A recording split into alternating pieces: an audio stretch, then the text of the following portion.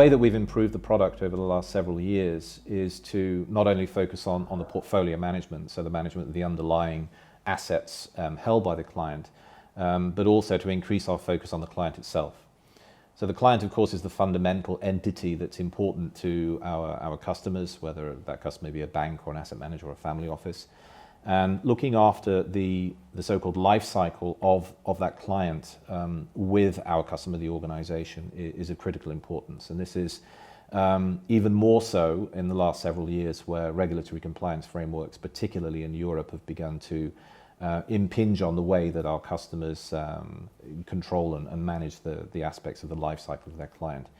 So for us, it begins with the prospecting phase, which includes sales pipeline management, so being able to create a sales funnel to ensure that all potential contacts you have are managed.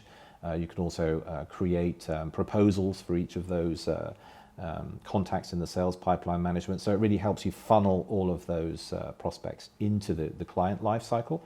And then once the client lifecycle begins, there's an onboarding phase where you need to go particularly through all of those regulatory steps. With MiFID II or the FINSA/FIDLEG regulations here in Switzerland, this is increasingly important. You need to ensure that the client risk profile is properly calculated, that the basis of suitability is established, so that when you then manage the client through their continuing life cycle, you ensure that the appropriateness matching of the assets which you are proposing to them, either discretionary or advisory, match the suitability of those client risk profile measures that you've made of the client. And we have an automated framework that runs forward with the client during their life cycle with the bank or the asset manager that will do checkpoints either based on different rule-based initiatives or based on timelines to ensure that each aspect of the client life cycle is managed correctly.